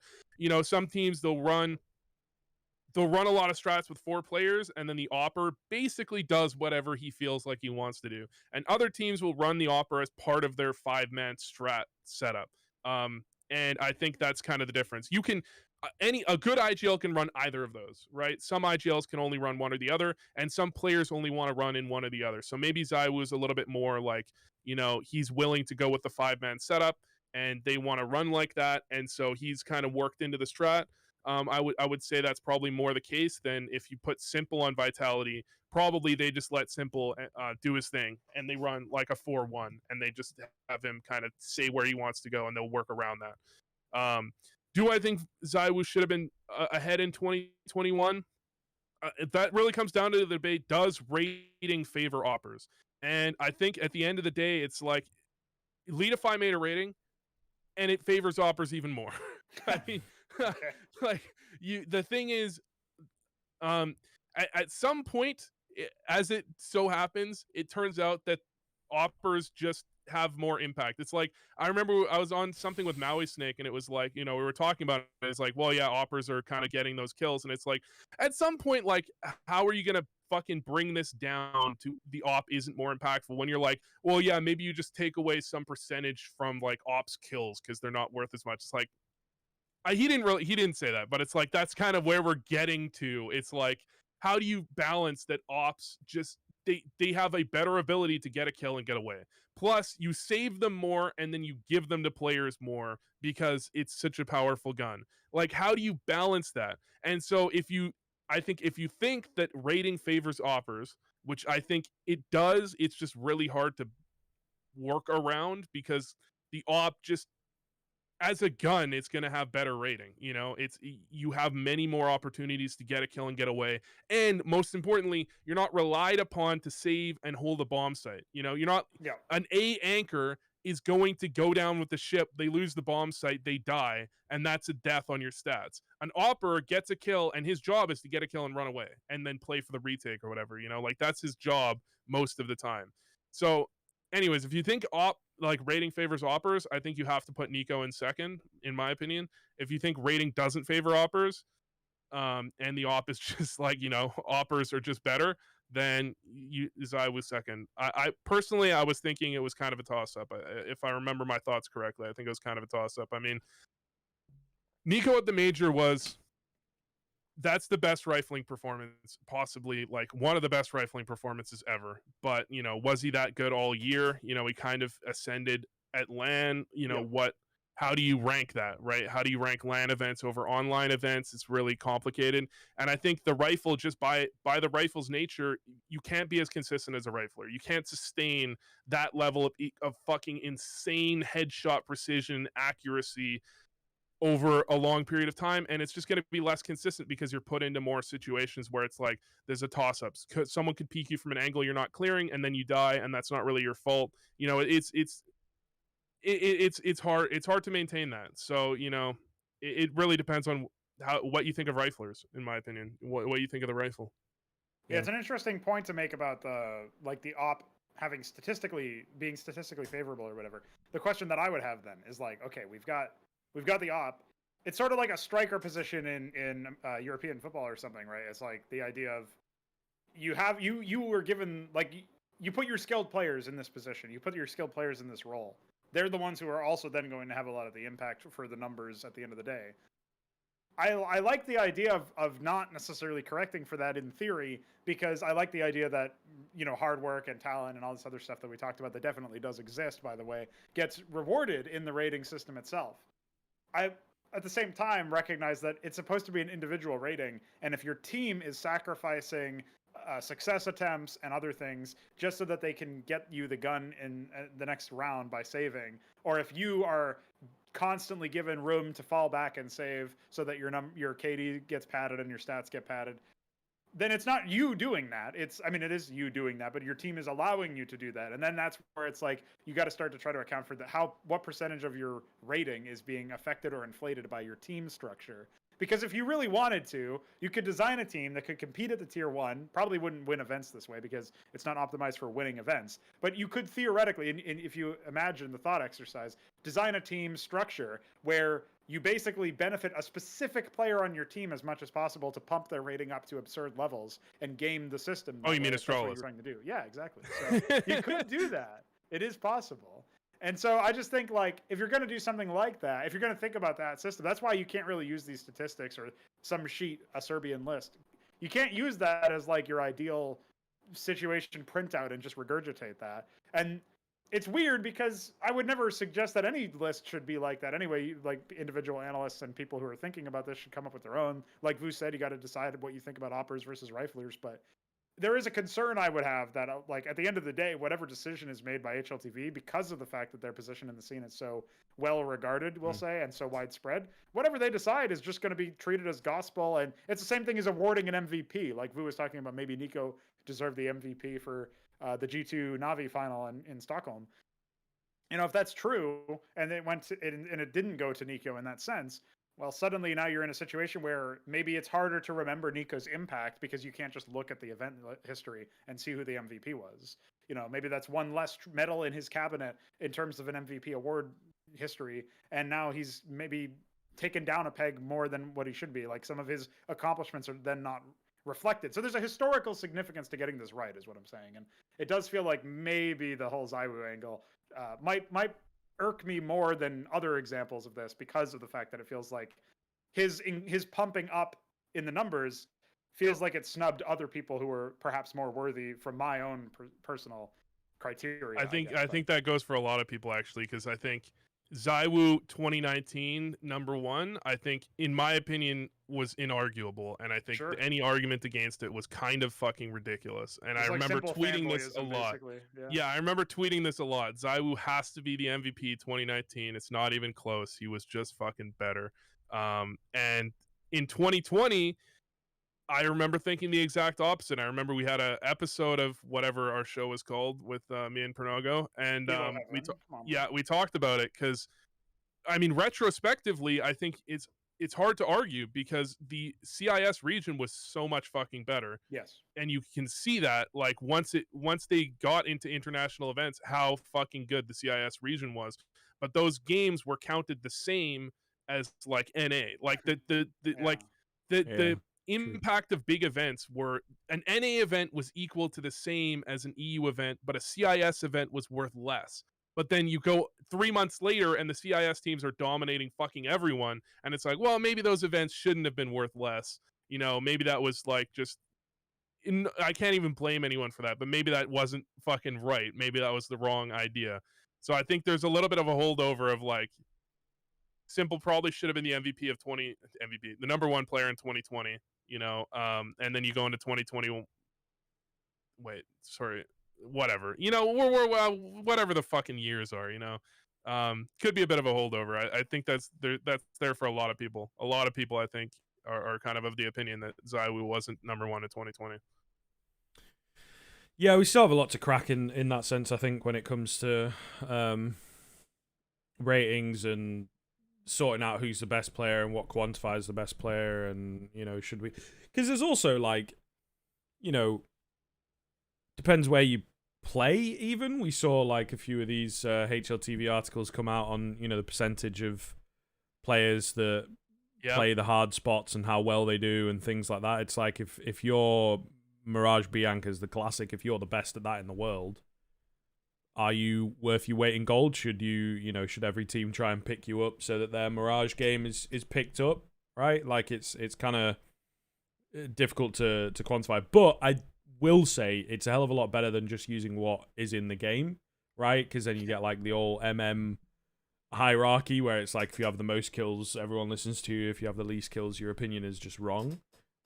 Which might be right to a certain degree, but, you know, but it is also, like, if you look at, again, football, European football, as you may want to call it, I don't follow it massively, but I'm pretty sure, like, very, very, very rarely do defenders, for example, win the Ballon d'Or, which is like the, best player of the year award. It is usually the strikers who are scoring all the goals, getting all the clips, and in theory, on a very basic kind of level, it's like, yeah, I guess they win the games. But for me, I'd look at it from, and I might be a bit biased because I would probably play in defense just because of my build. But, the look is that it's like a striker could score 1, maybe 2, rarely 3 goals a game, whereas a defender is probably stopping a good 4 or 5 opportunities that could possibly turn into a goal per game, right? So I think it's stuff like that. If you look at that in CS, it's like, it's very, very difficult to know, how nuanced we need to go, or whether we do base it on a bit of a stat system that's kind of like KD advanced, you know what I mean? Like ADR advanced, or whatever you want to look at the HLTV rating as. So I think it can be pretty difficult. And say one thing. Mm. I've been told that there's like a 97% overlap between HLTV rating 2.0 and kills per round. They're basically the same thing. Right, okay, fair enough. Reasonable. I was wondering, like, we could theoretically have like a kills stopped, or I don't even know what you would call it, but some opportunities stopped, like what Scrib was talking about with defenders blocking goal attempts, or things that could turn into that. Like if you like time, like number of saves forced, maybe like you time the incendiary at the right time, and it completely cuts out Navi's 10-second attack because LOL 2016. Then what do you? I think you get to a point where it's just ridiculous. Yeah, like, you can't do all this stuff. I just sort of like talked myself out of one in my head where it's like, you could maybe look at like the value of flashes and everything like that, but then it's also, if you're getting to the pro level and you can't throw good flashes, then you shouldn't really be there, So it's like, I think if you start picking everything apart, you're gonna just get way too down to like, your own results-based analysis, even like. I think Leadify's rating Cloud9 like that. I think Leadify's rating is probably like the best in theory, where it's based on like, what was the impact on your team when you got a kill, right? Like, did you throw around by dying? Did you win around by getting a kill? Yeah. But the problem is, like, you're still incentivizing getting kills, and you're not working in intangibles. And that's the same thing, like you mentioned, who's going to win the fucking MVP in football. It's the same thing in hockey. Who's going to win? There's an award for the best defensive forward. There's an award for that. Who wins it? A good defensive forward that scored a lot of fucking points. That's who wins it. Like, that's just how it is. And people that, for example, drive play, they, when they're on the ice, they have the puck, their team has the puck a shit ton of the time. That's not even a stat that people give a shit about. People argue that it's not even important, even though, how do you win games? You win games by controlling the fucking ball more of the time, and then that means you're going to put it in the fucking net more of the time, right? Yeah. But that's not even a stat. That's like an advanced stat, a scary advanced stat that, like, no, can't trust those. You never know. Could go anywhere. And, right? Yeah. I mean, it's like it's. I was gonna say, like, look at our boy Jax kind of thing, where it's like, I don't think that motherfucker is ever going to be in the top 20. But he was on G2 for a long time, which, if you're just looking at like the stats wise, and you're purely basing who you cut and pick up off of that, he like would have been gone a long time ago. But Jax has always been one of these players that, they've all come out and said that it's like, yeah, he's kind of the glue guy, and he's really cool to have on the team, and he's really great for morale and all that sort of shit. So I think especially in, again, a 5-person team, those types of intangible things can be very, very difficult, because I think it is sort of like maybe 1 in 10 pro players are going to be really good at something that's extracurricular, outside of the game, that's not really required for being good at Counter-Strike. Yeah, whether comms and aim and all this kind of shit, but then also just sort of that. I actually really enjoy having heartfelt conversations with Jax, or whatever it may be, like that improves your quality of mind and therefore your quality of game. So yeah, I think all those types of things, it's really difficult to fit in. I don't even know if it's necessarily out of game stuff as much as, like, look, there are some players, most players want some good spots. They want to be in their comfortable spot some percentage of the time. And, you know, I've IGL'd a lot of teams at, you know, whatever advanced level or, you know, in sub semi pro level. And, you know, there are players that will just do whatever you tell them to do. And you know that they're not just like swallowing their tongue to do what you're telling them to do. They're doing it because they buy into the team and they want to do what's best for the team. And they understand like this is probably best for the team. That is, you can't measure how important that is, but you need players like that. You need players that will be like, yeah, I'll go in first on every strat. I'll go in first on this strat that literally the entry fragger is not meant to get kills on. Because there are strats where an entry fragger is meant to get kills, and you'll put, Navi had a strat on Train where Electronic was the entry fragger because he's meant to get kills here. There's strats on every map where the entry fragger is meant to get kills, and there's strats where the entry fragger is meant to die. And, you know, a lot of players don't want to be that entry fragger every time. It's not that they have a problem with it being it once in a while, but it's like, if we have 5 of these strats, only put me entry fragger on 3 of them, make someone else do it on the other 2. But you have someone like Jax, maybe he's fine with doing it all 5, and he doesn't sweat at all. And that's invaluable what you're getting out of that.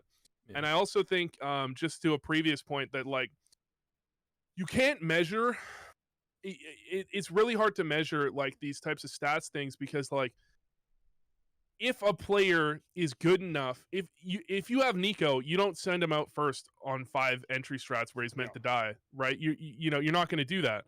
So how much is it like, you're not going to have someone drop every gun like what Sanji. You're not going to have him drop guns every fucking round if he's actually getting best value out of the guns when he gets them. You know, it kind of compounds itself when you have a bad player.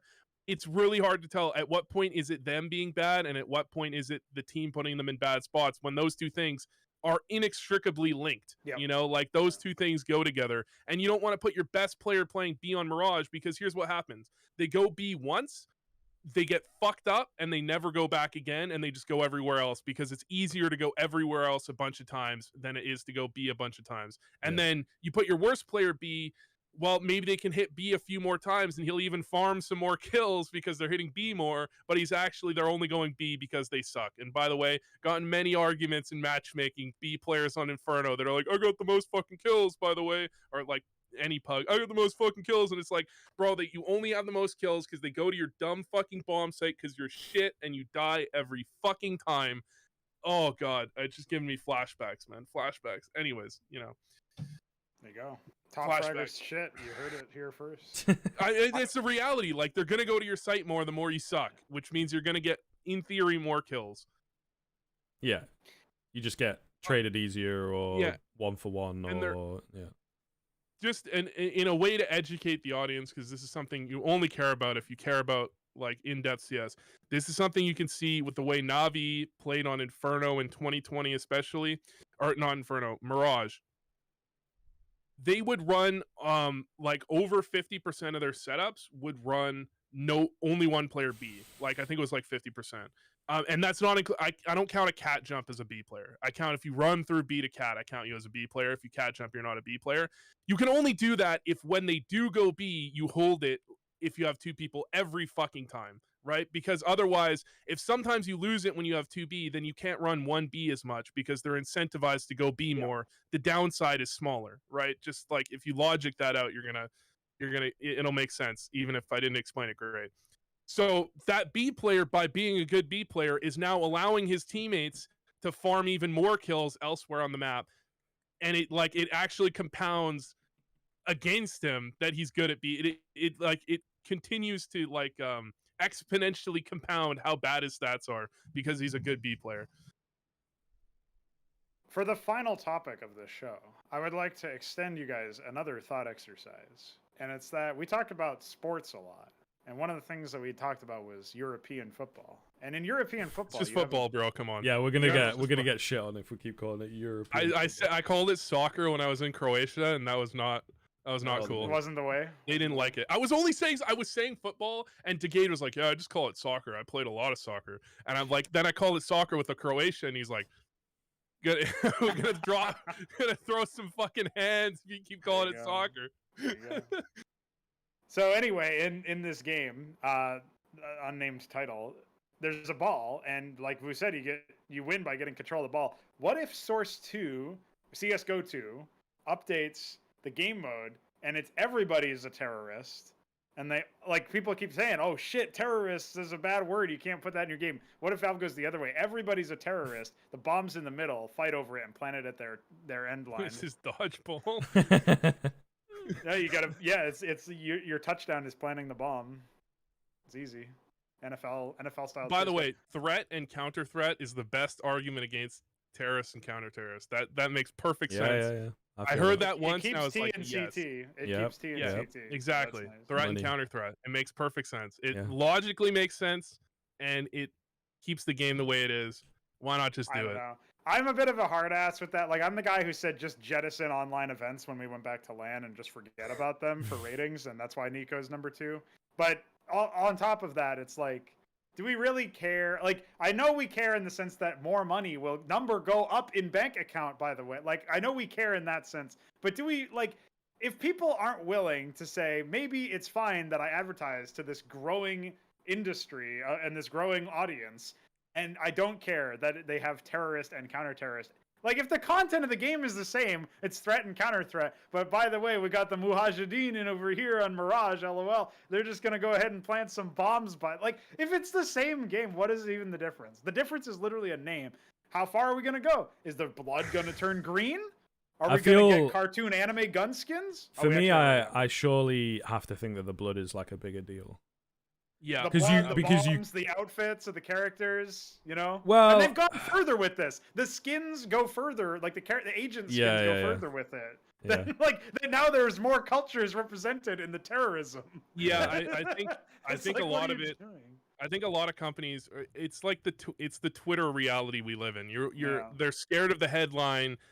Blank supports terrorism because they support it in a game or something. They're scared of the headline. They're scared of the hit piece because those are inevitably going to come if someone hates a company enough and they sponsor something. They're going to get hit by a fucking hit piece. They just happen. And then because it's like we're in fucking Twitter culture, everyone will like read the headline and just be like, yes, that is true. This is fact. This is exactly what happened. You know, they're scared of the headline. So the further you get away from that, the more you're allowed to have like good sponsors. I mean, like, people don't even, like, I didn't even know this, and I always mention it, and there's a lot of people are like, wait, what? Orange is, like, the biggest telecom company in France, or one of the biggest ones, or something like that.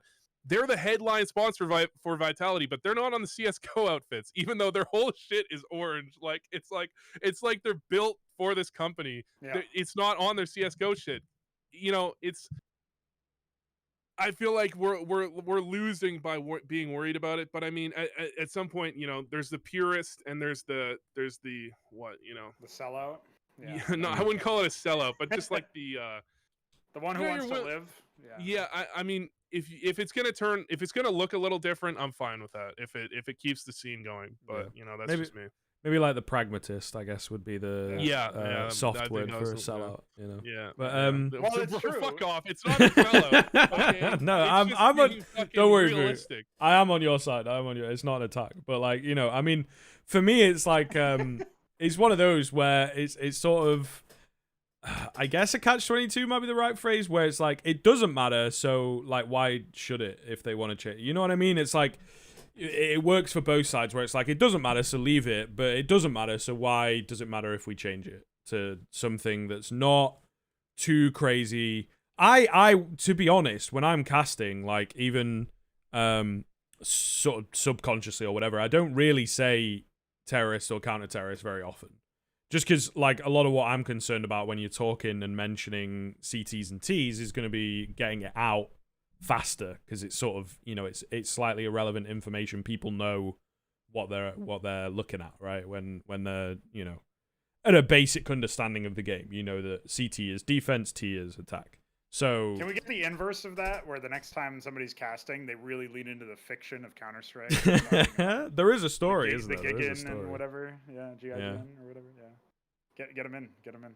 Yeah. No, I think to your point, it sort of is weird because they still want I don't know why they want the esports audience. We don't pay for anything, but apparently they want us. So if they want us, then like, why do you want us like, because this is what gets me, is that the argument appears to be that if we change the esport, the game itself, to be more presentable to sponsors, we will get more sponsors. And then what? I guess then the money locally goes up. But what does that mean? Does that mean that more companies, because more companies get interested, more people get interested? I think the people are already here. I think the people are here. I don't think we get many more people. Like, maybe that's just me being naive.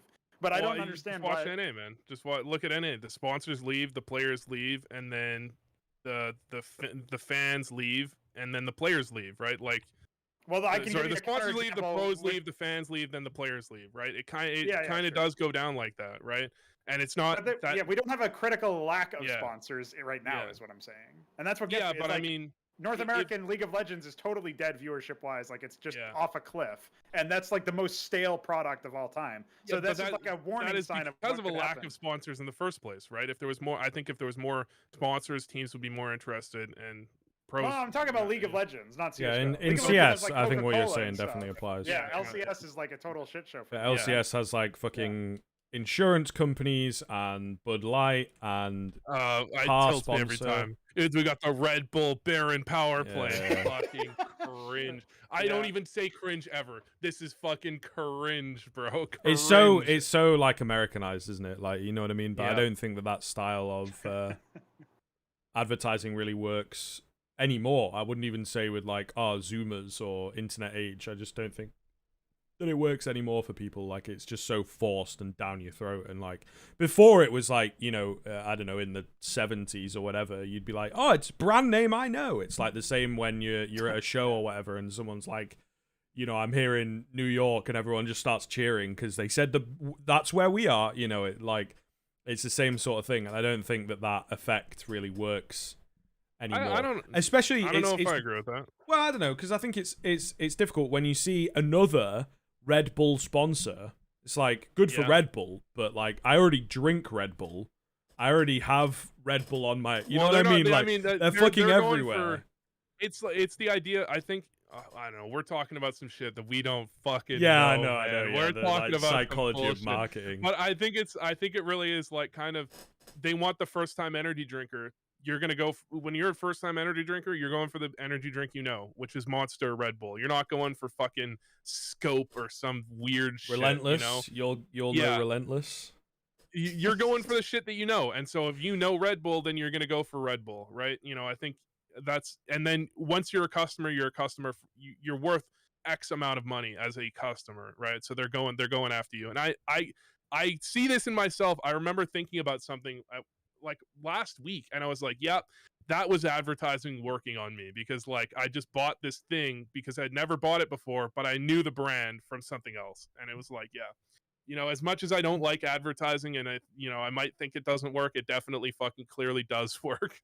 I wouldn't say it doesn't work. I'm just saying, I think the average individual, forget esports, is just a little bit tired of having a constant onslaught barrage of shit to psychologically manipulate them into being a good consumer. And honestly, before I started interfacing with more people in like a regular context, I really didn't think it worked at all. But like everybody at my workplace is like, it's just like a very basic, simple idea of a workplace. It's like the back room of a grocery store, basically, the management stuff. And they all day talk about the latest Marvel movie. And I just can't imagine them existing on the same plane as me. And that's not to think that I'm not significantly more elevated it's weird, or enlightened. Isn't it? It's just like, I think I do stupid shit all the time, but I just think like, what? Like, what? Really? Like, you guys religiously watched all of this stuff and like, I don't even know what you're talking. Like, what is it? Where's the enrichment? That's marketing, man. That's advertising. They're getting you. Well, it's like because the thing is as well, I think you hit like a any press is good press kind of thing, right? Yeah, basically. Where it's because I have a good few friends. We talk about the Marvel movies especially, and like my brother, for example, is one of them. He's studying film at university and everything, and we talk, and yet we still every now and then we'll go and see one. You know, just that looked good, or something to do, or whatever. So they still get you, even though you're like, Marvel, the MCU is ruining film or whatever. Like, you know, everyone's gonna move off to Disney Plus eventually because it's cheaper than Netflix. Like, there's also stuff like that where marketing doesn't even come into it. It's just like fucking logistics. You Bro, know. I got a gripe with Netflix, man. I got a gripe with Netflix. we've gone way off course. Listen, but man, let's I've talked get to it. a lot of people about this, and they keep fucking agreeing with me, so I keep bringing it up. Watch a bunch of Netflix shows, and you're gonna see that it's so formulaic. It's fucking Oh, yeah. tilting. They've got the same like change scenes. Here's 3 establishing shots. Emotional moment, 3 establishing shots. This is supposed to make you emotional. We've tested, we've focus grouped many times that this set of 3 like close, then wide, then then medium, and then zoom in. Like we've focus grouped. This is the most emotional set of shots you can have, and it's like, oh my fuck, I can fucking see you trying to emotionally manipulate me as this show is going on, because I've seen 5 of your shows, so I know what it's like. And then they've also got down, Netflix has this down more than anyone else that I've fucking seen. I don't give a fuck about this show, but I need to watch the next episode. Yes. Fucking tea, and then after I'm done, it's like you're talking about with Marvel. It's like I didn't care about that at all. Who the fuck cares about the outcome? I watched this whole series. I didn't give a shit. I didn't, it didn't mean anything to me. That is Netflix has that down, except they're not fucking, I guess, as big as Marvel that they could actually capitalize on it. They've just got these shows that like mean fucking nothing, but I watch the whole thing and I hate it. And I'm like, I don't know if anybody else does this, but when I go on TikTok or YouTube Shorts, if their first few seconds, if I can tell how emotionally manipulated I am, I click off. If I watch the first couple seconds and I'm like, holy fuck, I need to know the end, to the point where my brain is like, yeah, by the way, they just played you. I'm like, fuck that, I don't want to see the end. Fuck these guys, next video. Like, I'm fucking counter jerk all the fucking way, man, on everything. I can see the manipulation and I hate it. Fuck off. No, I totally feel you on that. The whole like watching a show just sort of for the sake of it kind of thing. It's so weird as well. I feel like and this is such a snob like point of view, but I feel also the standard of what like people are willing to watch or think is good has gone down. Like people don't criticize as much anymore. I don't know. I had it recently with like the Umbrella Academy. I hope none of them come after me or whatever now that I'm, pinpointing a proper show, but I just remember, like, I've watched the first couple seasons already, and, there's been a bigger break because of COVID and all that sort of stuff. And I just remember talking to a few people, like, that had already watched it. I hadn't gotten around to watching the newest season. And they were like, yeah, it's really good, man. I really enjoyed it. It's a lot of fun. And I watch it, and I'm like, the whole time, I just feel like it was shit. It was kind of shit. Like, it's really not written very well, like, dialogue-wise. And the story is so over the top, it's, like, annoying. And yeah, I still like carried on and got through it. There was a couple characters that were interesting, so I guess they dragged me. But I'm like, why? I've heard so many people tell me this is really good. Like, this is good television. It's like, it isn't. It's just not. Like, so I don't know. Maybe that ties us back into fucking esports sponsorships as well. Is just that, like, people are both bothered and not bothered. They will let them exist, but also maybe we need to find a better way to integrate them. But at the same time, it doesn't really fucking matter because, the PIF is coming to just buy everything. So, Yeah. Well, I was going to say, you're talking about bothered and not bothered. How about the actual owners of most of the CSGO circuit? So, yeah. Ultimate bothered, not bothered. So that's basically it, I think. All right. There you go. I think. Thanks for watching, and if you enjoyed this podcast, check out this video right here. Perfect. That increases engagement by a lot. I tracked it. It's like double. when I say check out this video right here, it's literally goes from like 2% click or like 3% to like 7%. It's like massive. Gotcha. All right, we'll have you at the end, mate. We'll have you at the end. I also I need use to that clip every single time. You just edit that one. Fucking hilarious. Might do for a little bit, yeah. I mean, Voo's not there anymore. I need to get off. Thanks for watching, and if you enjoyed this podcast, check out this video right here.